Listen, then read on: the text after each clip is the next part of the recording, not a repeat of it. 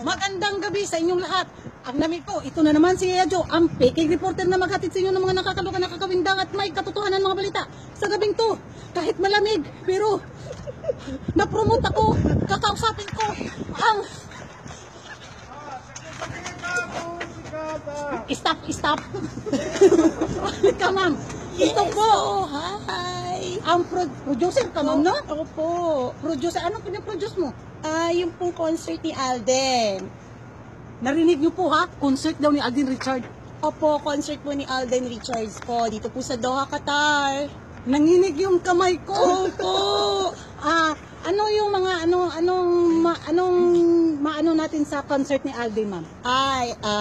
Yung concert po ni Alden ay gaganapin po sa Qatar National Convention Center on January 8 po. Sana po lahat ay makabili po ng ticket dahil nagkakaubusan na po. Sana po kumuha na po tayo ng ticket. Libre ako, no? Gagawa natin ang paraan yan. Uy, sir, ikaw naman, sir. Halika, sir. Halika, sir. Ito po, may isa rin Hi po. po, magandang gabi. Hindi pa ako nagtatanong. Sige ate. Hawakan mo to. Lapit ka, sir, para po makita. Ayan po. Anong masasabi mo sa darating na concert ni Alden ngayong ang ginaw po mga kababayan? January. Talaga kami. Ang masasabi ko lang po, maraming natutuwa at manood kayong lahat. At maraming Lalo sorpresa. maraming sorpresa, lalo na para kay Yaya. Anong masasabi nyo sa ating mga kapwa OFW na nandito sa Qatar? Any message for them po? English po, Tagalog, Bisaya, pwede.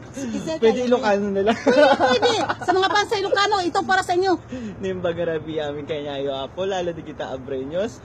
Sa lahat ng OFW, supportahan po natin ang concert ni Alden sa January 8. Maraming salamat. Wala akong naintindihan. Ikaw Ay, na. opo. Sa lahat po ng OFW, especially dito po sa Qatar, sana po ay suportahan natin ang mga konsyerto dito sa Doha, Qatar. At sana po magsama-sama tayo sa January 8 sa QNCC. Mag-enjoy po tayong lahat sa pagsalubong ng bagong taon po. Hanggang dito na lang po. Baka atakihin kami ng ginaw dito. Ito po si Yaya Jo, ang PK reporter na naghatid sa iyo ng impormasyon sa darating na concert ni Alden Richard. Pabibi wave. Teka, i-off natin.